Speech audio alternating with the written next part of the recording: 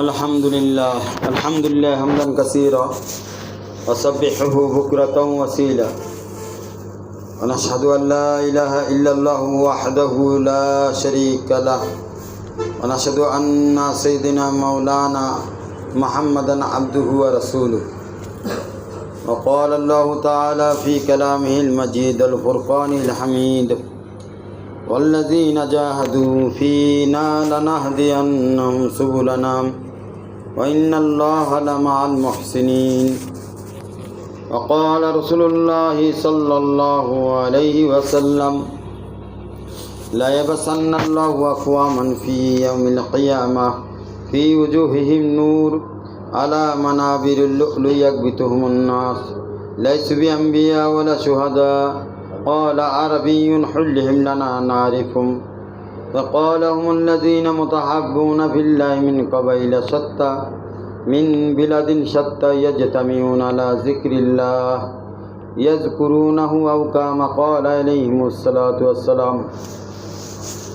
अल्लाहु अकबर कबीरा अल्हम्दुलिल्लाहि कसीरन कसीरन कसीरा और सुब्हानल्लाहिल अज़ीम व बिहम्दिही बुक्रतन वसीला और सल्लल्लाहु अला खैरि खल्क़िही मुहम्मदिन व अला आलिही व सहाबिही अजमईन।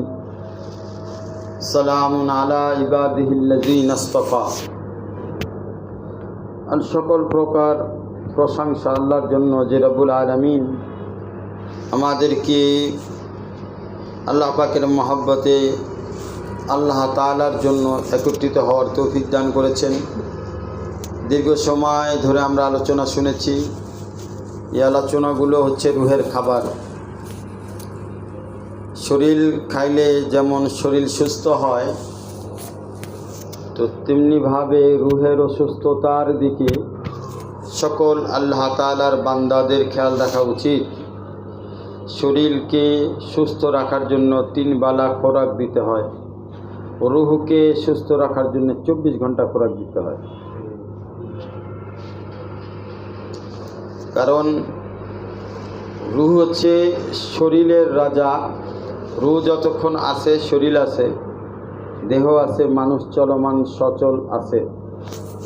যদি রুহ না থাকে, দুনিয়ার সমস্ত খাবার সামনে রাখলে মুখ নড়াচড়া করবে না, চোখ নড়াচড়া করবে না। এত বড় পাওয়ারফুল শক্তিশালী একটি বিষয়, যেটা আমাদের সকলকে আল্লাহ পাক তার মেহেরবানি দ্বারা দান করছে, এটার উপযুক্ত আমরা নই। এটা আল্লাহ পাক আমাদেরকে দান করছেন। রূহ হচ্ছে আল্লাহর হুকুম। যার হুকুম সে তাকেই সাপোর্ট করে। হুকুম যার, তাকেই সাপোর্ট করবে, না আর কোনো অন্য কাউকে সাপোর্ট না। না, চেয়ারম্যান হুকুম দিছে, হুকুম সাপোর্ট কাকে করবে? চেয়ারম্যান। ঘরের বাড়িওয়ালা হুকুম দিছে, হুকুম কাকে সাপোর্ট করবে? বাড়িওয়ালাকে। যার হুকুম তাকেই সাপোর্ট করে। তো রূহ হচ্ছে আল্লাহর হুকুম।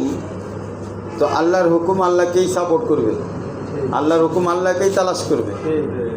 যদি রূহ শরীরের মধ্যে থাকা সত্ত্বেও সে যদি আল্লাহকে খুঁজে না পায়, তখন রূহ ছটফট করতে থাকে। প্রত্যেকটা মানুষের দেখবেন কিছু কিছু সময় এমন অবস্থা হয় যে কি জানি নাই, সব কিছু আছে, তারপরও তার ভিতরে একটা অভাববোধ কাজ করে।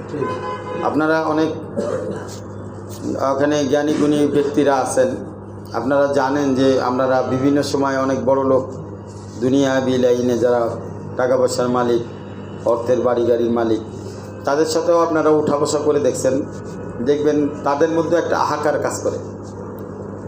তাদের মধ্যেও এমন একটা কিছু কিছু অবস্থা এমন তৈরি হয়, আপনি অবাক হয়ে যাবেন যে তার তো কোনো অসুবিধা দেখতেছি না, তারপরেও সে বলতেছে তার অভাব, তার কিছুই নাই, কোনো কিছুই তার ভালো লাগতেছে না।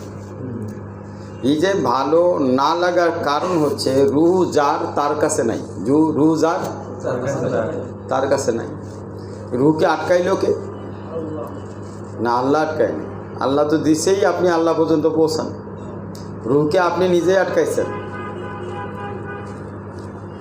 রূহকে তার খাবার না দিয়া তাকে দুর্বল করে ফেলছেন। শরীরকে খাবার দিছেন, এই শরীরের খাবারের পিছনে রাত দিন দৌড়াইতে গিয়ে আপনার অজান্তেই আপনি ভুলে গেছেন যে আপনার ভিতরে যে রূহ আছে তাকেও যে খাবার দিতে হবে সেটা আপনার মনে নেই। এই যে মনে করাটা, এই কাজটা যে জায়গায় হয় সেটার নামই খানকা। মনে করাই দেওয়া হয় যে তুমি যার তার কাছে যাও, হুকুম হাকিমের কাছে যাবে, তাহলেই তো হুকুম শান্তি পাবে। হুকুম যিনি দিচ্ছেন, যে হাকিমে হুকুম দিচ্ছেন, তার সাথে যদি হুকুমের সাক্ষাৎ না হয় তো সে এই দুনিয়ার অথর্ব জায়গায় শান্তি পাবে কীভাবে? একটা মানুষের অভ্যাস সবসময় মায়ের কোলে থাকা। ছোট বাচ্চা, এই বাচ্চাকে হঠাৎ করে মার থেকে ছিন্ন করে দেখবেন কি অবস্থা দাঁড়ায়। আপনি কেন, আপনার পরিবার তো বাদ দেন, আপনার পুরো বংশ মিলে তাকে সামলাইতে পারবে, কারণ সে আদিকার, সে অভ্যাসগতভাবে, সে বাচ্চা যেহেতু, সে মায়ের আঁচলে থাকা তার অভ্যাস, তার স্বভাব, তার জাত, তার মাকেই ডাকে। ঠিক তেমনিভাবে রুহের অভ্যাস, রুহের স্বভাব, তিনি যার কাছ থেকে আসছে তার কাছেই সে থাকতে চায়। তো এখন রুহ তো অনেক দূরে চলে আসছে, রুহ অনেক দূরে না, আল্লাহর কাছ থেকে অনেক দূরে।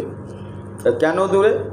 কারণ রুহের এত শক্তি আল্লাহ রুহকে দান করছেন যেটা আপনি কল্পনাই করতে পারবেন না, আপনার চিন্তার বাহিরে। এই জন্যেই রুহ যখন মায়ের পেটে 10 মাস 10 দিন পরে রুহ যখন দাখিল হইল মায়ের পেটে, বাচ্চার শরীরের ভিতরে, মায়ের গর্ভে, এরপরে রুহ ছুটাছুটি শুরু করলো। আগে তো পাও, হাত পাও ছিল, নড়াচড়া করতেছিল না, কিন্তু যখন রুহ প্রবেশ করলো, রুহ প্রবেশ করার সাথে সাথেই কিন্তু নড়াচড়া শুরু করছে, নড়াচড়া শুরু করছে। এবং সে দুনিয়াতে যখন আসছে তখনই কেঁদে দিছে। প্রথম কাজটাই কি করছে? কান্নাকাটি শুরু করছে। কেন? কারণ রুহ আল্লাহর কাছে ছিল। কার কাছে ছিল?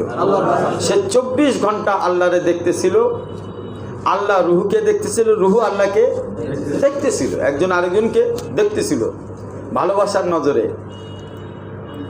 রুহের অভ্যাস কার কাছে থাকা? আল্লাহর কাছে থাকা। এখন মায়ের পেটে বাধ্য হয়ে এখন কই আসছে? দুনিয়াতে আসছে। এখন দুনিয়াতে যখন চোখ খুলে দেখে আল্লাহ তো নাই। এতদিন আমি যার কাছে ছিলাম সে তো এখানে নাই। সে খুঁজে যখন চারিদিকে দেখে যে সে আল্লাহরে পায় না, তখনই সে কেঁদে দিছে, কোন জায়গায় আসলাম আমি? রুহ তো বুঝতেছে যে আমি আমার মালিকের কাছে এতদিন ছিলাম, এখন কার কাছে আসলাম? সে এখনো তো তার মাকে চিনে না, বাপকে চিনে না। সে সদ্য নবজাত শিশু, সে তো কাউকে চেনার কথা না। সে যাকে চিনে তাকে খুঁজতেছে। এখন ওই জগতে সে যা কিছু দেখে আসছে, জান্নাত দেখে আসছে, আল্লাহ পাকের অসীম ক্ষুদ্র দেখে আসছে, আল্লাহ পাকের অশেষ মায়া ভালোবাসা পেয়ে আসছে। হঠাৎ দুনিয়াতে আইসা সে চারিদিকে তাকায়া কাউকে পায় না, যখন তখনই কেটে দিছে। এখন যত আদর করে, মায়ে আদর করে, বাপে আদর করে, কান্না থামে না, কারণ সে যারে হারাইছে তারে তো পায় না,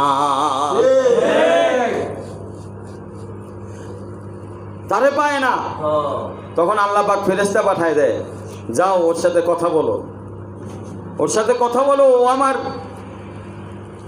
ও আমাকে ছেড়ে গেছে, ওর অনেক কষ্ট হচ্ছে, ওর সাথে কথা বলো।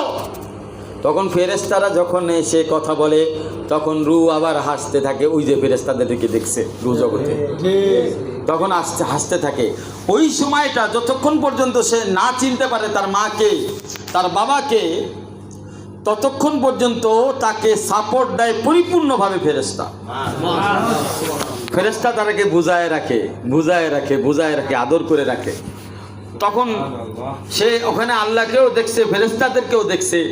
তো ওই যে ফেরেশতাদেরকে দেখার পরে তখন সে হাসে, দেখবেন যে ছোট বাচ্চারা খিলখিলে হেসে দিচ্ছে, ওই যে তখন আসতেছে। যখন খিদা লাগে কান্দে, তখন মায়ে যখন দুধ খাওয়ায় তখন মাকে আস্তে আস্তে চিনা শুরু করে, আস্তে আস্তে তাকে বোঝা শুরু করে। যখন পরিপূর্ণ বুঝ চলে আসে মা বাপের, আস্তে ফেরেশতা সরে যায়। বুঝতে পারছেন বিষয়টা? ব্যাপারগুলি আমরা বুঝি না, যার কারণেই তো আল্লাহকে চেনার চেষ্টা করি না, আমরা দুনিয়ার পিছনে লেগে আছি। এই যে আমরা যে আলোচনা শুনি না, যে এটা আমাদের জন্য বড় ক্ষতির কারণ। এই আলোচনাগুলি আপনাদের জন্য কতটা জরুরি জানেন? এতদিন আলোচনা বয়ান কত জায়গায় শুনছেন, এই কথা শুনছেন? এখন যেটা বললাম, আহা গুলির মতো লাগে অন্তরে। কোথায় হারায় গেছি আমরা, কোথায় হারায় গেছি? আস্তে আস্তে যখন আমরা দুনিয়া চিনলাম, বোঝা শুরু করলাম, তখন আল্লাহরে ভুলে গেলাম, সেই জগৎটাই পুরাটা অদৃশ্য হয়ে গেল। এখন পরবর্তী পদক্ষেপ কি? মা বাবের হাতে। মা বাপ যেটা শিখায় সেটাই শিখে, তারপরে উস্তাদদের হাতে, টিচারদের হাতে যেটা শিখায় সেটাই শিখে। ও নিজের অজান্তেই আখিরাত ভুলে বসে থাকে। এর মধ্যে যখন সে দুনিয়া দেখতে থাকে, তার ভিতরে একটা নফসানি চাহিদা বাড়ে। আর নফসানি যখন দুনিয়াবি চাহিদা যখন বাড়তে থাকে, এটা রুহুর জন্য দেওয়াল হয়ে যায়। কি হয়ে যায়? আর এই দেওয়াল যত মজবুত হয়, তত বেশি রুহু অন্ধকারের মধ্যে পড়ে যায়। এক তো শরীরের দেওয়াল, 3 অন্ধকারের মধ্যে আমরা, একটা হচ্ছে দুনিয়া, একটা নিজেই অন্ধকার, তারপরে শরীরের অন্ধকারের মধ্যে রুহ, দুনিয়ার অন্ধকারের মধ্যে রুহ আটকে আছে, এরপরে দ্বিতীয় অন্ধকার শরীরের অন্ধকার, আর 3য় নম্বর এই দুনিয়ার মায়া মোহ ভালোবাসার অন্ধকার। এই 3 অন্ধকার থেকে রুহকে বাঁচানো এত সহজ বিষয় না। এই জন্য আল্লাহ একটা রাস্তা দেখাই দিয়েছেন, একটা পথ দেখাই দিয়েছেন। সেই পথটা হচ্ছে নবী আলাইহিস সালাতু ওয়াস সালামের পথ, আল্লাহ রসুলের পথ। আল্লাহ রসুলের পথ নির্দেশনা কারা করছে? আল্লাহওয়ালারা করছে, ওলামা একরাম করছেন। দিনে হক বরহক যারা, তারা আপনার রাহাবার হিসেবে দেখাইতেছে যে দেখো, তুমি আল্লাহর কাছে ছিলা, আবার আল্লাহর কাছে আসতে হবে। মাঝখানে দুনিয়ার মোহমায়ায় পড়ে তুমি আমাকেও চিনতেছো না, নিজেকেও চিনতেছো না। আমি তোমার বন্ধু, এই দুনিয়াওয়ালারা তোমার বন্ধু নয়। যাদেরকে তুমি বন্ধু মনে করতেছো, যারা তোমার দুনিয়ার রাস্তা দেখাইতেছে, এরা তোমার শত্রু। আমি তোমার বন্ধু, আল্লাহওয়ালারা বলতেছে আমি তোমার বন্ধু, তুমি আমার পথে আসো, আমি যেই পথে যাইতেছি আল্লাহর গন্তব্যে পৌঁছাইতেছি, তুমি আমার পথে আসো, এটাই তোমার রাস্তা। কিন্তু যখনই আল্লাহওয়ালাদের থেকে সরে যায়, ওলামা একরামদের থেকে সরে যায়, দুনিয়ার পথে, দুনিয়ার মায়ামোহর মধ্যে যখন আবদ্ধ হয়ে যায়, তৎক্ষণাৎ আবার এই কথা আমরা ভুলে যাই। তাহলে কি করতে হবে? তার মানে হচ্ছে রুহের খোরাক বাড়াইতে হবে। রুহের খোরাক বাড়াইতে হবে, এমন পরিমাণ বাড়াইতে হবে যে আমি ফ্যাক্টরিতে থাকি, চাই অফিসে থাকি, চাই আমি যেখানেই থাকি না কেন, আমি যেন আমার গন্তব্যস্থল জান্নাত, আমার গন্তব্যস্থল আল্লাহ, আমার রুহের মেইন জায়গা হচ্ছে আল্লাহ পাকের আদরের কোল, ওইটা যাতে আমি ভুলে না যাই। যদি আমি ভুলে যাই, মনে রাখতে হবে যতক্ষণ পর্যন্ত আমাকে মধ্যে আমার রুহের জমির তাজা না হবে, ততক্ষণ পর্যন্ত আল্লাহওয়ালাদের আঁচল ছাড়া যাবে না। ইনশাআল্লাহ। ভাই মনে রাখবেন, আপনার মা বাপ এমনিই মা বাপ হয় নাই। আপনার মা বাপ বলতে আপনার নানা নানি এবং আপনার দাদা দাদি উভয় ঘটকের মাধ্যমে সম্বন্ধ করেছে, সম্বন্ধ করে 2 জনকে এক করে দিয়েছে, তারপরে যে মা বাপ পাইছেন, তারপরে দুনিয়াতে আসছেন।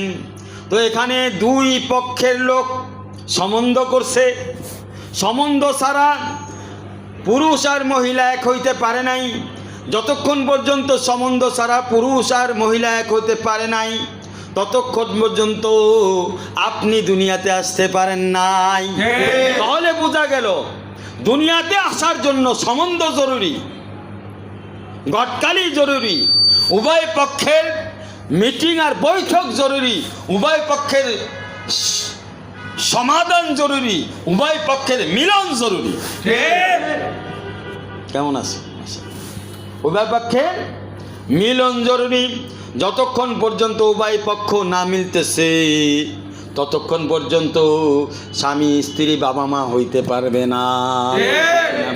ঠিক তেমনি ভাবে আল্লাহ পাক আরেকটা সম্বন্ধের ব্যবস্থা করছে। একটা হলো আসার সম্বন্ধ, আরেকটা হলো যাওয়ার সম্বন্ধ।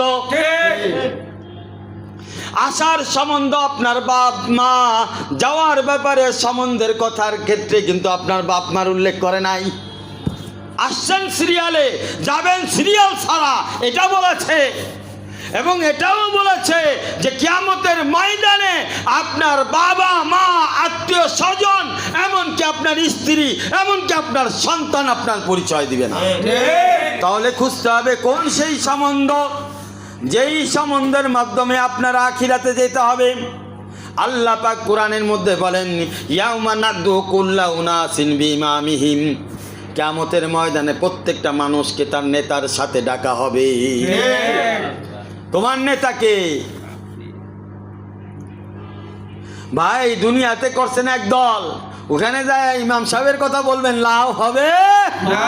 যেই দল করছেন সেই দলের কথা মনে থাকবে, কথা ঠিক কিনা?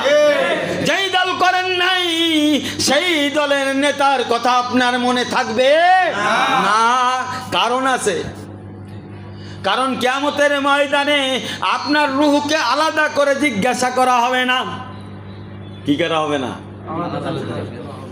আপনার রূহ থাকবে আপনার শরীরের ভিতরে, আর শরীর থাকবে নফসের সাথে। নফস যার গুণগান গাইছে কিয়ামতের ময়দানে তারই গুণগান গাইতে হবে, অন্য কারো গুণগান গাইতে পারবে না। কারণ সেখানে নফস আছে, আপনারে গাইতে দিবে না। আর যদি কোনো কারণে গায়াও ফেলান, তখন আল্লাহ বলে, আল-ইয়াউমা নাকতুমু আলা আফওয়াহিম ওয়া তুকাল্লিমুনা আইদিহিম ওয়া তাশহাদু আরজুলুহুম বিমা কানু ইয়াকসিবুন। আজকের এই দিনে তোমার জবানকে বন্ধ করে দেওয়া হবে। তোমার হাত সাক্ষী দিবে, কান সাক্ষী দিবে, চোখ সাক্ষী দিবে, পাও সাক্ষী দিবে তোমার নেতাকে। এইবার তো মরছেন, সারা জীবন যার পিছনে ঘুরলেন সে আপনাকে জাহান্নামে নিয়ে ছেড়ে দিবে। সুতরাং প্রথম নাম্বার হচ্ছে আপনি আপনার নেতা নির্বাচন করেন। যদি রূহকে আল্লাহ পর্যন্ত পৌঁছাইতে চান,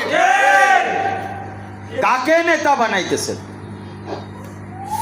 এমন একজনকে নেতা বানান যাকে নেতা বানাইলে কিয়ামতের ময়দানে আল্লাহর দরবার থেকে বেঁচে যাবেন।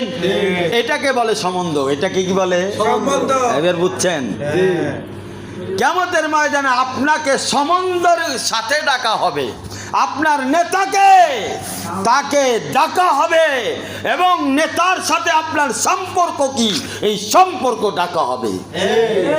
আজকে যদি আপনার ওলিদের সাথে সম্পর্ক রাখেন, আল মারউ মা মান আহাব, হাদিসের মধ্যে আসছে যে মানুষ যাকে ভালোবাসবে সে তাকে তার সাথেই কিয়ামতের ময়দানে তার হাসর নাসর হবে।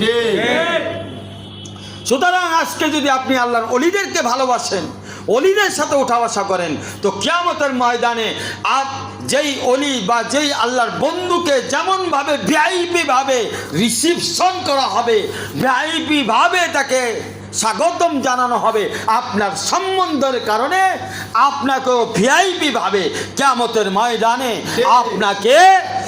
আপনাকেও ভিআইপি ভাবে সম্মান করা হবে। কথা কি বুঝতে পারতেছে? ইনশাআল্লাহ। দলিল কি? ইয়ামা নাদউ কুল্লা উনাসিন বিইমামিহিম, কিয়ামতের ময়দানে প্রত্যেকটা মানুষকে তার নেতার সাথে ডাকা হবে। বুঝতে পারছেন বিষয়টা? তাহলে আপনি দুনিয়াতে যদি আপনি কোনো আল্লাহওয়ালা হিসেবে আপনার কোনো বন্ধুকে নির্বাচন না করে যান, তাহলে এটা আপনার জন্য ভয়ঙ্কর বিষয়। একবারে বরবাদ। কারণ আপনি আইছেন সম্বন্ধের মাধ্যমে, যাবেনও সম্বন্ধের মাধ্যমে। যখন আইছেন সেটা ছিল রক্তের সম্পর্ক, যাবেন সেটা থাকবে রুহানি সম্পর্ক।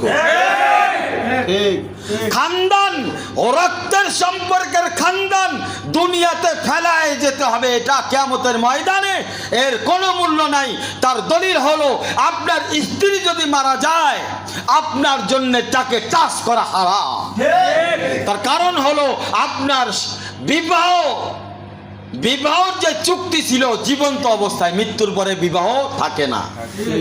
যদি মৃত্যুর পরে বিবাহ থাকে তাহলে স্ত্রীর সাথে আপনারও কবরে যাওয়া লাগবে,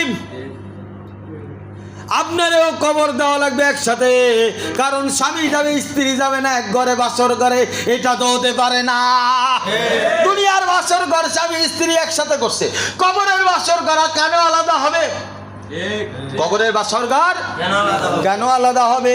তার মানে হলো যে বিবাহ হয়েছিল এটা জীবন্ত অবস্থায় কার্যকর, মারা গেলে আর আপনার স্ত্রী নাই। কি নাই? আপনার স্ত্রী নাই। স্ত্রী বলবে আমার স্বামী নাই। কি নাই? কিয়ামতের ময়দানে এটাই প্রমাণ হবে যে কেউ কাউকে পরিচয় দিবে না। রক্তের সম্পর্ক যদি কিয়ামত পর্যন্ত থাকে তাহলে আল্লাহ পাক কেন বললেন কোরআনের মধ্যে যে কেউ কাউকে পরিচয় দিবে না? এটা কিভাবে সম্ভব? সন্তান, যে সন্তানের জন্য নিজের জান ফিদা করে দিলাম, যে স্ত্রীর জন্য নিজের সুন্দর চেহারাকে মলিন করে দিয়ে বুড়ো হয়ে গেলাম, সেই স্ত্রী কিয়ামতের ময়দানে পরিচয় দিবে না, সেই সন্তান কিয়ামতের ময়দানে পরিচয় দিবে না। এটা কেমন রক্তের সম্পর্ক? এটা হতেই পারে না। কিন্তু আল্লাহ বলছেন কিয়ামতের ময়দানে কেউ কাউকে পরিচয় দিবে না। তার মানে রক্তের সম্পর্ক এইখান পর্যন্তই শেষ। তাও কতটুক? আপনি আপনার দাদার নাম জানেন, নানার নাম জানতে পারেন, নানির নাম কেউ জানে না, কেউ দাদির নাম জানে না, কেউ দাদির নাম জানে না, কেউ দাদার নাম জানে না, কেউ নানার নাম জানে না, কেউ নানির নাম জানে না। তো এখানেই তো রক্তের সম্পর্ক নাই। যদি রক্তের সম্পর্ক থাকে তো আপনি আপনার নানার নাম কেন বলতে পারেন না? আজ নানার নাম বললেন, নানার নাম কই গেল? দাদার নাম কই গেল? দাদির নাম কই গেল? নানির নাম কই গেল? যদি রক্তের সম্পর্ক আপনার কাছে মূল্যবান হয়ে থাকে তো আমাকে দেখান, আপনার সার্টিফিকেট দেখান, আপনার বংশের তালিকা কই?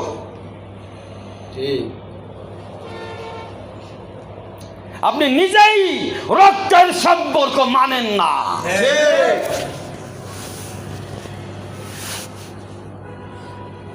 যদি মাইনা থাকেন তাহলে আপনার বংশের তালিকা আমাকে দেখাইতে হবে।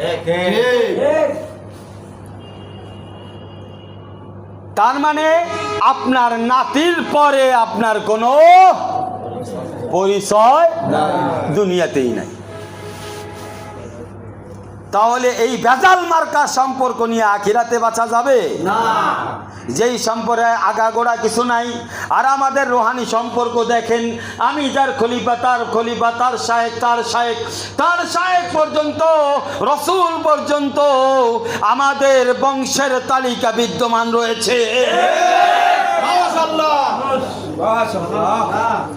এটাকে বলে আসল খানদান, যার সিলসিলা, যার খানদানি বংশের তালিকা কিয়ামত পর্যন্ত চলতে থাকে। আপনি এইখানে লাফালাফি করেন না, এইটাই আপনার আসল জায়গা। এইখানে বড় বড় কথা বললেন না। আমি আপনার পরিচয় না দিলে আপনার কোনো পরিচয় নাই। ঠিক। কারণ কিয়ামতের ময়দানে আপনার বাপ মা তো পরিচয় দিব না, শেষ। আর যদি আমি পরিচয় না দিই এটাও শেষ। তাহলে কই যাবেন? সম্বন্ধ নাই তো আল্লাহর সাথে সম্পর্ক নাই, সম্বন্ধ নাই তো আল্লাহর সাথে সম্পর্ক নাই। আপনি রসুলের উম্মত, দলিল কি বলেন? দলিল কি? কালেমা পড়ছেন কার কাছ থেকে?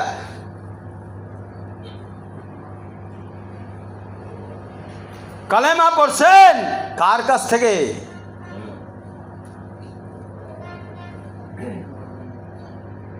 বলেন।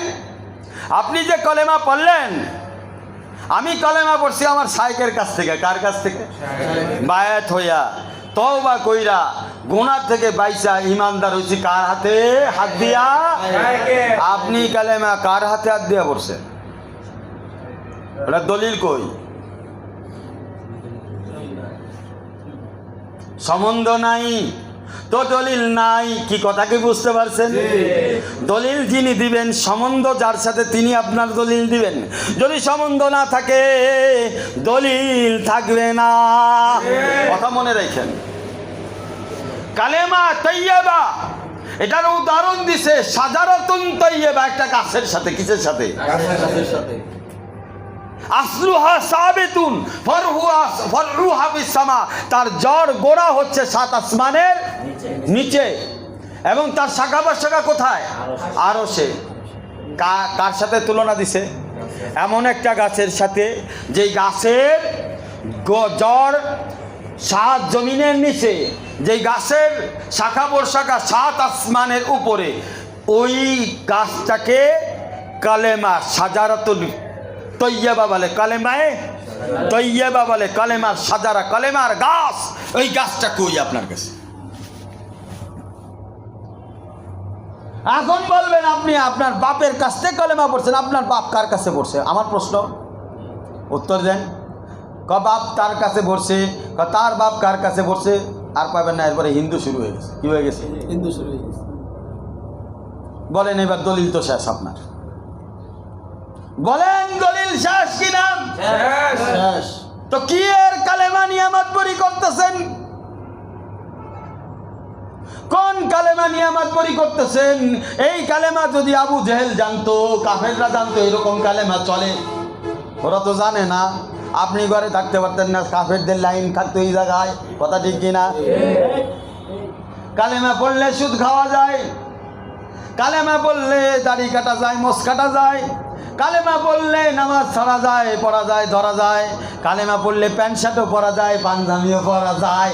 এরকম কালেমা পড়ছেন আপনি? বলেন, এই কালেমা আপনাকে নাজাত দিতে পারবে? যেই কালেমা আপনার মুখে দাড়ি উঠাইতে পারে নাই, যেই কালেমা আপনার নামাজ পড়তে নিতে পারে নাই, যেই কালেমা আপনাকে গুনাহ থেকে বাঁচাইতে পারে নাই, যেই কালেমা আপনাকে আল্লাহর সাথে সম্পর্ক করাইতে পারে নাই, যেই কালেমা আপনাকে কবরের আযাব থেকে কেমনে বাঁচাবে, আগে বুঝাবেন তো। ভাই ব্যবসা করবেন, কত টাকা লাগে? 1 কোটি টাকা কামাই করে দেন। কথাটা বললেন সহজে। হ্যাঁ ভাই কালেমা, অসুবিধা নেই, কবরের আযাব থেকে বাঁচাবে। বাইসা দেখেন, বোঝেন নাই? ওখানে কইছি কি 1 কোটি টাকা কামাই করে দেখেন। আর আপনি যেই কালেমা নিয়ে চিন্তা করতেছেন কবরে বাঁচবেন, বাইচ্চা তারপরে দেখেন। ওখানে 1 কোটি টাকা যেমন মূল্য, তার থেকেও বেশি মূল্যবান হলো কালেমা। যদি কালেমার মূল্য আদায় করতে না পারেন, এই কালেমা আপনার কবর, হাসর, মিজান, পুলসিরাত কোন জায়গায় বাঁচাইতে পারবে না। মূল্য আদায় করছেন কালেমার? করছেন মূল্য আদায়? হ্যাঁ, কে মূল্য আদায় করে? কয়জনে যাকাত দেয়? আপনার পরিবারে দেখেন কয়জনের ঘরে তার স্ত্রী পর্দায় থাকে? কালেমার মূল্য আদায় করছেন আপনি? কয়জনের সন্তান সত্যিকার অর্থে কোরআন শিখছে? কালেমার মূল্য আদায় করছেন না। কয়জনের সন্তান আজকে সুদ এবং অন্যায় কাজ থেকে, গান বাজনার কাছ থেকে বাঁচতেছে? কয়জনের ঘরে টেলিভিশন থেকে ঘর হেফাজত আছে? কালেমার হক আদায় করছেন আপনি? না। এইটারে কালেমার হক আদায় করে বলা হয় না। হ্যাঁ, এটাকে কালেমার হক আদায় করা বলা হয় না। বলা হয় না। আমার কথা বুঝার চেষ্টা করেন। আপনাদের ধমকানো মাকসাদ না, বোঝানো মাকসাদ। আপনি 1 কোটি টাকাকে টাকা মনে করেন, কালেমাকে কালেমা মনে করেন না। 5 কোটি টাকাকে টাকা মনে করেন, কালেমাকে কালেমা মনে করেন না। যদি কালেমারে কালেমা মনে করতেন, আজকে এই কালেমা আপনাকে জাহান্নামের আগুন থেকে বাঁচাইতো, গুনার থেকে বাঁচাইতো, দুনিয়ার সমস্ত ফিতনা থেকে বাঁচাইতো। কথা ঠিক কিনা বলেন? কথা ঠিক কিনা বলেন? সূরা ফাতিহা ছাড়া 2-1টা সূরা ভালো পারেন, আর অন্য সূরা যদি জিজ্ঞেস করি, আমারে তো দিবেন এক ফাপড় দিয়ে হুজুর উল্টা পাল্টা কথা কই সরেইছি, কিন্তু আপনি ফেরেশতারে কি ফাপড় দিবেন? তা কি দেখুন দি ফেরেশতারে কি ফাপড়টা দিবেন? মাছের শক্তি পানির ভিতরে বুঝলাম, তার সাথে পানির মধ্যে দৌড়ায়া আপনি পারবেন না। মাছটারে যদি ডাঙায় উঠানো হয়, দুনিয়ার মধ্যে ফেরেশতারাও হয়তো আপনার লগে পারবে না, কিন্তু আপনার মৃত্যুর পরে যখন ডাঙায় মাছটা ডাঙায় না হয়, মৃত্যুর পরে কবরে যখন না হবে, তখন 3.5 আন মাটি কই দৌড়াবেন? কার সাথে ফাপড়টা লইবেন? কারে বলবেন ক্ষমতা আমার এত তেমত, আমি এই বুঝি সেই বুঝি? কারে বুঝাবে? দোস্ত, দুনিয়ার মানুষের মধ্যে আপনার বেইজ্জতি করলে বড় লজ্জা লাগে, কিয়ামতের ময়দানে আপনার পুরা খানদান থাকবে ওই জায়গায়।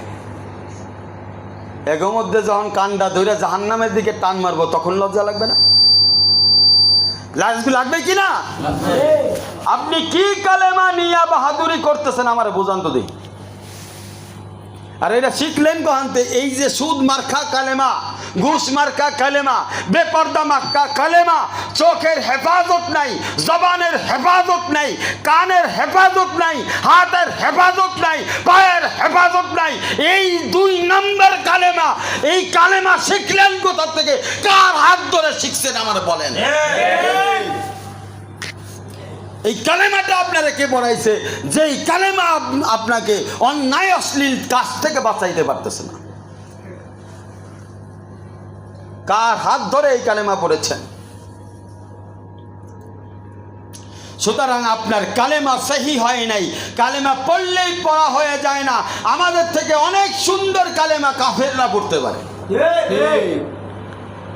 আমাদের থেকে অনেক ভালো তাফসীর কাফেররা করতে পারে। যদি তাই না করতে পারতো, তো কোরআন রিচার্জ করে এত দামি দামি জিনিস বানাইতে পারতো না। ওদের কাছে কোরআন শুধুমাত্র একটা বই, যেখান থেকে তারা অভিজ্ঞতা নিয়ে দুনিয়ার বড় বড় দামি দামি সম্পদ তৈরি করতেছে, বড় বড় জিনিস বানাইতেছে। কিন্তু কালেমা আমাদের কাছে তো এরকম নয়। আমাদের কাছে কোরআন কি নাজাতের ওসিলা, কোরআন কি বুরহান, কোরআন কি নূর, কোরআন কি কোরআন মাহাব্বত, কোরআন কি? কোরআন হচ্ছে আল্লাহর রসুলের আদর্শ, কোরআন কি কোড অফ লাইফ। অথচ আমরা কোরআনকে কই রাখছি? প্রত্যেকের ঘরের মধ্যে কোরআন আছে, কিন্তু কোনোদিন খুলছে কিনা মনে নাই। আপনি যদি 10 জন মানুষের ঘরের মধ্যে যান, কোরআনে দেখবেন ডেক্সি আছে, কারো উপরে আছে, কারো বিভিন্ন জায়গায় সাজানো আছে, কাপড় দিয়ে মোড়ানো আছে। যখন কোরআনটা বের করবেন, দেখবেন 1 মণ ময়লা কোরআনের মধ্যে আছে। কথা ঠিক কিনা বলে? এই ময়লা যুক্ত কালেমা আপনি পড়ছেন, যার কারণে কোরআন সাজানোই আছে। কোনোদিন খুইলা দেখেন নাই, কোনোদিন বুকে নিয়ে আদর করেন নাই, কোনোদিন আল্লাহকে বলেন নাই যে আল্লাহকে আমি মুসলমান, আমি কালেমা পড়েছি, কিন্তু কালেমার বাণী কোরআনকে আমি একবারও বুঝতে চাই নাই, বুঝি নাই, শিখি নাই, পড়ি নাই। অনেকের সারাদিন চলে গেছে, কোরআন একদিনে পড়ে না, দিন যায়, মাস যায়, 6 মাস যায়, শুধু তারাবির অপেক্ষায় বৈশা থাকে। কথা ঠিক কিনা? তারাবি মার্কা মুসল্লি সারা বছর কোরআন পড়ে না, তারাবির অপেক্ষায় বসে থাকে, হুজুরের পিছনে কোরআন শুনবে। আর কিছু মুসল্লি আছে জুম্মার নামাজে হুজুরের পিছনে দাঁড়ায় কোরআন শুনবে। এই তো অবস্থা। এইটারে বলে কালেমা। এই কালেমা নাকি তারে নাজাত দিবে। কালেমার 12টা বাজায় ফেলছেন মিয়া। ওটার হাড্ডি গুড্ডি রাখেন নাই, ওটার মাংস টুংস যা আছে সব চাবাই চুবাই খাই বলছেন মিয়া। আর কইবার লাগছেন যে আমার কালেমা জান্নাতে লয়ে যাইব। কালেমা আপনার বাপের ঘরের জিনিস লাগিয়ালায়। কি বুঝাইবার চান আমকো? দেশি ভাষায় বুঝাইলাম আর কি।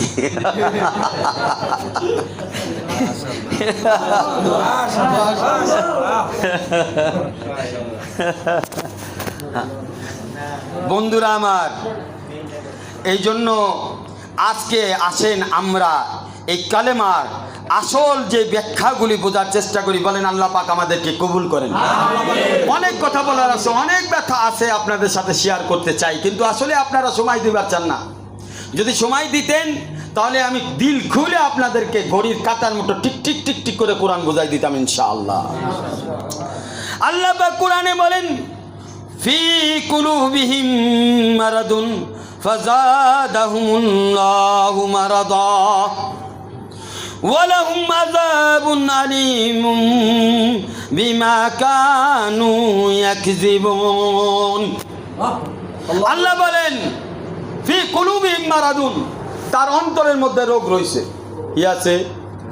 কিসের রোগ? আল্লাহ এখানে কেন বললেন অন্তরের ভিতরে রোগ? কেন বললেন না চোখ দিয়ে আমি বদনজরি করি, কান দিয়ে গান বাজনা শুনি, মুখ দিয়ে মিথ্যা কথা বলি, হাত দিয়া চুরি করি, পাও দিয়া সব জায়গায় যাই? আল্লাহ এই কথা না বইলা বলতেছে অন্তরে রোগ আছে। কি আছে? কি আছে? চোখের কথা বললেন না, কানের কথা বললেন না, মুখের কথা না বইলা, হাত পায়ের কথা না বইলা ডাইরেক্ট হেড অফিসে হাত দিয়া দিছে। যদি কোনো অফিসের বা ব্যাংকের কোনো কোম্পানির হেড অফিস দস্যুদের, জলদস্যু, অর্থদস্যু এদের হাতে চলে যায়, ওই ব্যাংকের অবস্থা কি? মার্জার হওয়া ছাড়া উপায় নাই, নাহলে ওই ব্যাংক বন্ধ হয়ে যাবে। 5টা ইসলামী ব্যাংক মার্জার হয়ে গেছে, নাম ইসলামিক ব্যাংক। নাম কি? ইসলামী ব্যাংক। জলদস্যুর নাম কি? এস আলম কি করছে? জলদস্যু হইয়া হেড অফিসে আক্রমণ করছে। আক্রমণ কইরা কোটি কোটি টাকা আত্মসাৎ করছে। এখন এদের কাছে ঠেয়া নাই। কি নাই? চারিদিকে ব্যাংকের চেহারাও সুন্দর, সামনের হেডলাইন সব সুন্দর, ভিতরের অফিস আদালত সব সুন্দর। দোকাই বইরেন না, এস আলম হেড অফিস দখল করে ফেলাইছে। এরকম একটা এস আলম আরেকটা নাম আছে, ওই নামের নামে শয়তান। কি শয়তান? শয়তান অল জিন, জিনের মধ্যেও শয়তান আছে, শয়তান আছে, নফসের মধ্যেও শয়তান আছে। তার নাম আমবারা। কি বারা? আমপারা মনে করে না, আমবারা। এরকম আমপারা ভাই, এটা আমপারা না, আমপারা কায়দা। আমপারা তো কোরআন পড়ার জন্য লাগে। এটা আমপারা না, কি বারা? এই কি কয় আবার আমপারা কয়? আমবারা, নফসে আমবারা। কি? এটা আমপারা না, আমবারা। হ্যাঁ, আমবারা মানে এমন ভাবেই দিব সাইজ কইরা, এটাই বুঝছেন না? তো এটা হলো নফসের হেড অফিসে থাকে। কোন জায়গায় থাকে? আমবারা কই থাকে? নফসের হেড অফিসে বৈশা ওই জায়গায় রুহ নামক ব্যাংকের খবর লয়।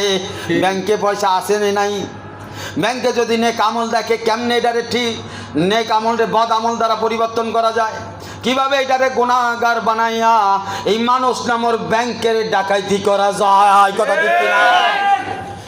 তাহলে কি হবে? এনে তো আর মার্জার হওয়ার সুযোগ নাই। আছে? এটা কি হওয়ার সুযোগ আছে? ধ্বংস, জাহান্নাম ছাড়া আর কোনো উপায় নেই। এই জন্য আল্লাহ বলতেছে, ফি কুলুবিহিম মারাদুন ফাযাদাহুমুল্লাহু মারাদা। আল্লাহ বলেন তাদের অন্তরের হেড অফিস দখল করে ফেলাইছে শয়তানে। আর হেড অফিস যখন দখল করে ফেলছে, তখন রোগ ভিতরের মধ্যে শয়তানে ঢুকাইছে। নেক আমল বাইর কইরা ভিতরের মধ্যে গুনাহ ঢুকায়া দিছে। কি ঢুকায়া দিছে? গুনাহ ঢুকায়া দিছে। আর এর আর কোনো ওষুধ নাই, একটাই ওষুধ, ওয়ালাহুম আযাবুন আলীমুম বিমা কানু ইয়াকযিবুন। এটার একটাই ওষুধ। কি ওষুধ? এইটারে জাহান্নামের আগুনে জ্বালাইতে হবে। এটারে মার্জার করার কোনো উপায় নাই। এটার কি ওষুধ?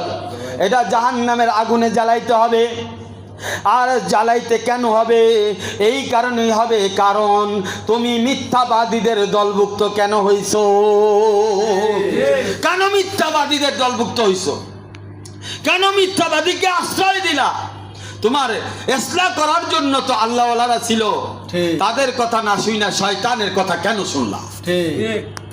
এখন যেই ব্যাংকগুলোতে ডাকাতি করছে এসালামের দোষ না ব্যাংকের দোষ? ব্যাংকের দোষ। দোষ আসলে কার হবে? ব্যাংকের। এসালামের কথা কইয়া মানুষের কিল থেকে বাঁচতে পারবে না। এসালামের কথা কইয়া ব্যাংকগুলো যদি টাকা না দেয়, কয় এসালামে লয়ে গেছে টাকা পাবেন না গ্রাহকরা, ব্যাংকের অবস্থা কি হবে? বলেন কি হবে? 12টা বাজায় যাবে, কথা ঠিক কিনা? ওই এসালাম তোর বিয়াই লাগে না শ্বশুর লাগে? হ্যাঁ না, তোর দাদা লাগে না, নানা লাগে না, মামু লাগে না, খালু লাগে? তুই সালামের দোহাই দিয়া বাঁচতে পারবি না। কিয়ামতের ময়দানে বান্দা শয়তানের দোহাই দিয়া বাঁচতে পারবে না। কিয়ামতের ময়দানে মানুষ বলবে, আল্লাহ রে, আমরা অন্যায় করি নাই, শয়তানে আমাদেরকে দিয়ে অন্যায় করাইছে। আল্লাহ শয়তানরে ডাক দেবে, শয়তান দেখ তোর নামে অভিযোগ দেয়, তোর কি কোনো কথা আছে? শয়তানে বলবে, ওই সাবধান, আমার দেখছ না। আমার চেহারা কেমন ক, আমি দেখতে কেমন ক, আমি কইছি কোন দিন তোরে চুরি করতে ক, দলিল আছে নাকি? ফটোকপি করে রাখছ, ছবি তৈলা ভিডিও করে রাখছ, নাকি তোর কাছে কোনো স্পাই ক্যামেরা আছে, ওইটা বাইর কর। এখন কোনো কথা নাই, এখন কোনো কথা না। দলিল নাই, তাইলে তুই কেমনে আমার অভিযোগ দাস? আসলে শয়তান আমি ছিলাম না, শয়তান কইতেছে। শয়তান তুই নিজেই আছিলি, শয়তান তুই নিজে ছিলি। তুই নিজেই ছিলি। এখন আমার দোষ দিয়া বাঁচার কোনো রাস্তা নাই, কথা ঠিক কিনা? ফি কুলুবিহিম মারাদুন ফাযাদাহুমুল্লাহু মারাদা ওয়া লাহুম আযাবুন আলীমুম বিমা কানু ইয়াকযিবুন। তোমরা কেন শয়তানের পদঙ্ক গ্রহণ করলা? এই কারণে কিয়ামতের ময়দানে শয়তানের দলিল হবে না। কিয়ামতের ময়দানে তুমি পালছো, রোগকে পরিষ্কার করো নাই, আর এই অবস্থায় আমার কাছে আসছো, সুতরাং সোজা জাহান্নামে চলে যাও। বলেন এবার কি করবেন? বলো দোস্ত কি করবা? ফের না কেহনা খবর না হুয়া। এরপরে কইবা যায় এইটা ওইটা বানাইবা বাহানা, চলবে না। কোরআনের আয়াত এটা, তোমার বাপের দাদার কোনো কাব্য গ্রন্থ না যে ওখান থেকে তেলাওয়াত করে শোনাইতেছি। ঠিক। তোমার 14 গোষ্ঠীর কোনো গ্রন্থ নাই, আল্লাহর বাণী। আল্লাহ যা বলেন সত্য বলেন, এবং এটা আল্লাহ করে দেখাবেন। সুতরাং এখনই ও আল্লাহর বান্দারা সাবধান হয়ে যাও। যদি এখন সাবধান না হও তাহলে উপায় নাই। এর বিপরীতে আল্লাহ কয়, শুধু ভয়ের কথা কইলাম, এবার একটু ভালোবাসার কথা কই, কি কন? ঠিক না? এত ভয়তে তো মরে যাবো। এই হুজুর একটু আসতে কইনি, মানে ভিতরে কাঁপা শুরু হয়ে গেছে। কি হয়ে গেছে? এই সান্ত্বনা শুনেন, ইন্নাল্লাযীনা ক্বালু রাব্বুনাল্লাহ সুম্মা ইসতাকামু তাতানাজ্জালু আলাইহিমুল মালাইকা আল্লাহু আকবার। আল্লা তাখাফু ওয়ালা তাহজানু ওয়া আবশিরু বিল জান্নাতিল লাতী কুনতুম তুআদুন। আল্লাহু আকবার। আল্লাহ কয়, ও আমার বান্দারা শোনো, তোমরা যদি বলো ক্বালু রাব্বুনাল্লাহ, আমাদের রব কে? আল্লাহ। কে? আরো জোরে বলেন, হয় নাই? আরো জোরে বলেন, হয় নাই? আরো জোরে বলে, আমাদের রব কে? আরে হইল না, রব কে? আল্লাহ। এই যে জোরে কইছেন না, ডাকটা বাইরের তে হইছে না মনের তে হইছে? কেমন মনের তে? অনেক গভীরের তে না? কেমন গভীরের তে? দিল খুইলা একটা ডাক দিছেন, কথা ঠিক কিনা? অনেকে বলবেন যে হুজুর বাপের জন্মে এরকম ডাক দেই নাই, কথা ঠিক কিনা? হুজুর আগ বলতে পারেন, হুজুর সারা জীবনে দেই নাই, আজকে হুজুর মন খুইলা আল্লাহরে ডাক দিলাম। ডাক দেন আল্লাহ, ডাক দেন আল্লাহ, কথা ঠিক কিনা? মজা লাগছে না? নাই? কেমন মজা লাগছে? মারে ডাক দিলে এত মজা লাগে না, বাপরে ডাক দিলে এত মজা লাগে না। মনে হইতেছে আজকের দিনটা আমার ঈদের দিন, মনে হইতেছে আজকের দিন আমার বিবাহের দিন। আরে আজকে আজকের দিন মনে হচ্ছে আল্লাহরে পায়া গেছি। কথা ঠিক। আরে আপনি আল্লাহরে পায়া গেছেন, কথা ঠিক আছে। মন থেকে যে আল্লাহরে ডাক দেয়, আল্লাহ বলে আমি তার জন্য হাজির। মুসা আলাইহিস সালাম আল্লাহরে জিজ্ঞাসা করেন, ওগো আল্লাহ, আপনি কার বেশি ভালোবাসেন? কয় ওই ফাসেক ফুজ্জার যে জীবনে আমারে ডাকে না, এরে ভালোবাসি। কয় কারণ কি? কয় একদিন যদি ডাক দেয়, আরে আল্লাহর প্রিয় বান্দারা যদি ডাক দেয়, আল্লাহর প্রিয় বান্দারা 3 বার ডাক দিলে একবার কই লাব্বাইক, কি কই? আর আমার যে বান্দা আমার জীবন ভরা ডাকে না, সেই বান্দা যদি একবার ডাক দেয়, প্রতি ডাকে আমি বলি লাব্বাইক আব্দি। কয় কারণ কি? কয় ওই বান্দা তো আমারে চিনে, আমারে ডাকে আমি জানি ডাকতে থাকবো, আমারে ডাকা বাদ দিবে না। কিন্তু যেই বান্দাটা আমারে কখনো ডাকে না, ওই বান্দা যখন আমারে ডাকে আমার আনন্দে বুকটা ফাইটা যায়, ফাইটা যায়, বুকটা ফাইটা যায়। বন্ধু যখন আপন কইরা আল্লাহ আল্লাহ বইলা ডাইকা যায়, আল্লাহ আল্লাহ বলে ডাইকা যায়, আরে বুকটা ফাইটা যায়, কয় না? বুকটা ফাইটা যায়, আরে বুকটা ফাইটা যায়। আরে বন্ধু যখন আল্লাহ রে আল্লাহ আল্লাহ কইয়া ডাইকা যায়, আরে বুকটা ফাইটা যায়, কথা ঠিক কিনা? বন্ধুর বুকটা আনন্দে ফাইটা যায়।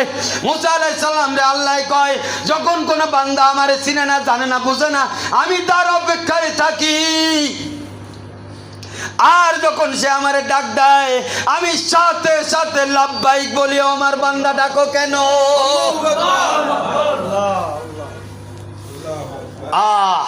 দিল থেকে একবার ডাক দাও, আল্লাহ আল্লাহ আল্লাহ, ও আল্লাহ, তোমারে বড় ভালোবাসি, ও আল্লাহ, তোমারে চাই অন্তর থেকে, আল্লাহ, তুমি ছাড়া উপায় নাই। মনটা শান্তিতে ভরে গেল। কি কর? আল্লাহ কয়, এইভাবে যে আমারে ডাকে তার প্রতি আমি খুশি কেমন হই। এক সাহাবী গেছেন, ঘোড়া নেই, অদম জঙ্গলের পথ দিয়া পথ ধরছে, এক গোলাম কিনে নিয়ে গেছে সাথে। হঠাৎ করে তার শিশু ধরছে, শিশু পেশাব ধরছে, পেশাব করার জন্য, হাজত করার জন্য বাইরে গেছে। আইসা দেখে গোলামও নাই, ঘোড়াও নাই। এখন এমন অবস্থায় লোকের বিশাল মরুভূমি, জঙ্গলে পড়ে, মরুভূমি পিছনে মরুভূমি, সামনেও মরুভূমি, মাঝখানে জঙ্গল। খাবারের যা কিছু আছে 2-3 দিনে শেষ হয়ে গেছে। কি হয়ে গেছে? এখন আল্লাহর ডাইকা কয়, আল্লাহ রে, সামনে মরুভূমি, পিছনে মরুভূমি, জঙ্গলের মধ্যে আমি অসহায় বান্দা পড়ে আছি। কথা ঠিক কিনা বলে? আল্লাহ 2-3 দিনের খাবার ছিল, শেষ হয়ে গেছে। এখন আমার কাছে পাথর বলতে কিছু নাই, পিছনে গেলেও মারা যাব, সামনে গেলেও মারা যাব। আল্লাহ, গোলামও নাই, গোড়াও নাই, খাবার কুবর যা কিছু ছিল সব ওর মধ্যে। এমন অবস্থায় কইতে কইতে এমনিও মারা যাবো, এমনিও মারা যাবো। আল্লাহ, তুমি বাঁচাইলে বাঁচাও, না বাঁচাইলে তোমার নাম নিতে নিতে তোমার কাছে চলিয়া যাব। এইভাবে আল্লাহরে ডাকতে ডাকতে ডাকতে ডাকতে খিদার যন্ত্রণায় এমন ভাবে ঘুমিয়ে পড়ছে, আর কোনো উপায় নাই। হঠাৎ ঘুম থেকে ওর মধ্যে কে জানি ডাকে, উঠে আমার বান্দা উঠ। কে জানি নরম সুরে, করুণ আওয়াজে, ভালোবাসা মারা আবেগ ঘন ডাক দিয়ে বলতো, আমার বান্দা উঠ।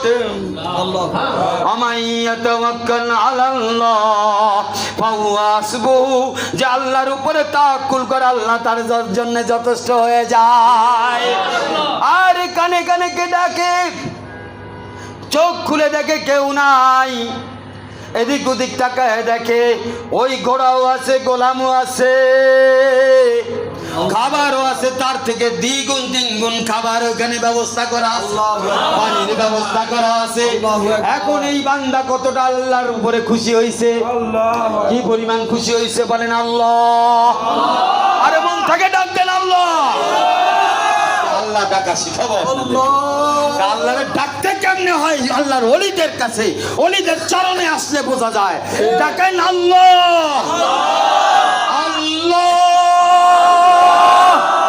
আল্লাহ,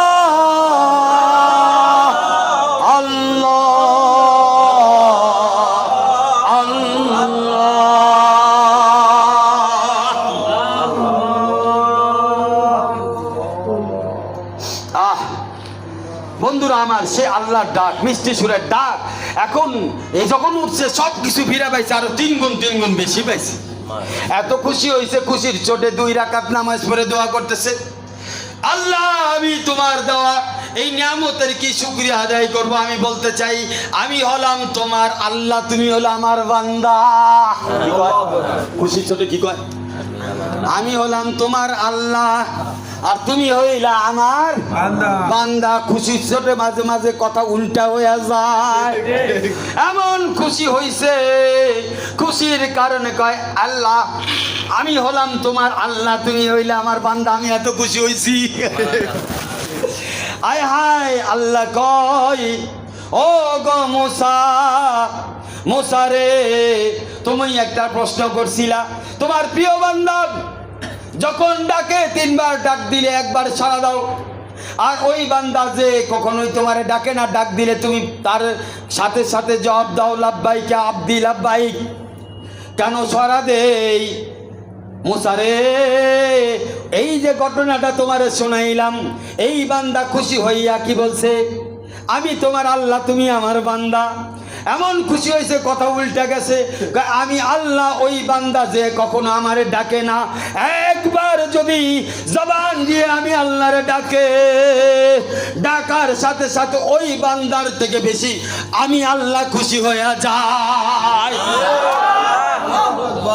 এবার আল্লাহর ওলিদের অবস্থান বুঝেন। আল্লাহর ওলিদের কাম কি?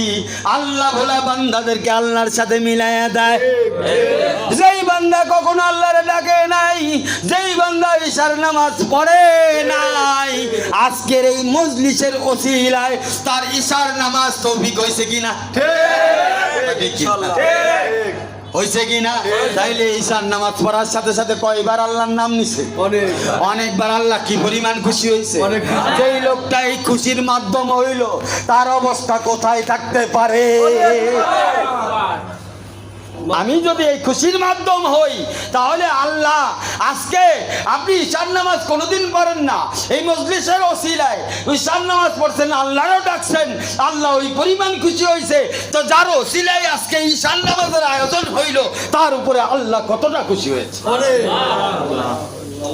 হায় হায় বন্ধুরা আমার, জাতি দুশ্মন, জাতি দুশ্মন কেউ কারো দেখতে পারে না। ময়মনসিংহে মনে হয় নাই, অন্য জায়গায় আছে, আমার এলাকাতে আছে। একজনে মরে করলে ছেলের ওসিয়ত করে, বাবা রে ওর দাদা রে আমি কিছু করতে পারলাম না, ওর বাপরে তুই দেখে লবি। কথা ঠিক কিনা? কবিতা জাতি দুশ্মন আমাদের, ওগোর সাথে মিলবে না। লাঠিয়াল বাহিনী তৈরি করে রাখবি, যখন তখন আইলে পিটায় লাশ বানায় দিবি। কথা ঠিক কিনা? এখন দেখা গেছে যে যার শত্রু, কেউ কাউরে দেখে না। একদিন হঠাৎ করে 2 জনে 1 কাপ চা খায় একসাথে, তো কি খায়? 2 কাপ না 1 কাপ চা 2 জনে মিলা খাইতেছে। 2 জনের শত্রু, কেউ কাউরে দেখে না। এমন অবস্থা দেখে লোকজন জড়ো হয়ে গেছে। জড়ো হয়ে জিজ্ঞেস করে, ভাই কি ঘটনা হইল? চায়ের দাম কি এতই বাইরে গেল যে 2 কাপের পরিবর্তে 1 কাপ খাওয়া লাগতেছে? কয় আসলে ঘটনা তা না। আসলে ঘটনা তা না, ঘটনা হলো আমার ছেলে হারাই গেছিল। কি হারাই গেছিল? আমার দুশ্মনে ওই ছেলেকে তালাশ করে আমার কাছে আইনা দিছে। আর দুশ্মনী নাই, সন্তান হারায় গেছে, আইনা দিল, দুশ্মনে কি হয়ে গেছে? বন্ধু হয়ে গেছে। বন্ধুরা আমার, আপনি যদি 17 আমলে মেহনত করেন, খানকায় আমাদের সাথে থাকেন, প্রতিদিন মেহনত করেন, লোকদের ডাইকা নিয়ে আসেন, তাহলে আল্লাহর সাথে আপনার শত্রুতা থাকবে না, বন্ধুত্ব হয়ে যাবে।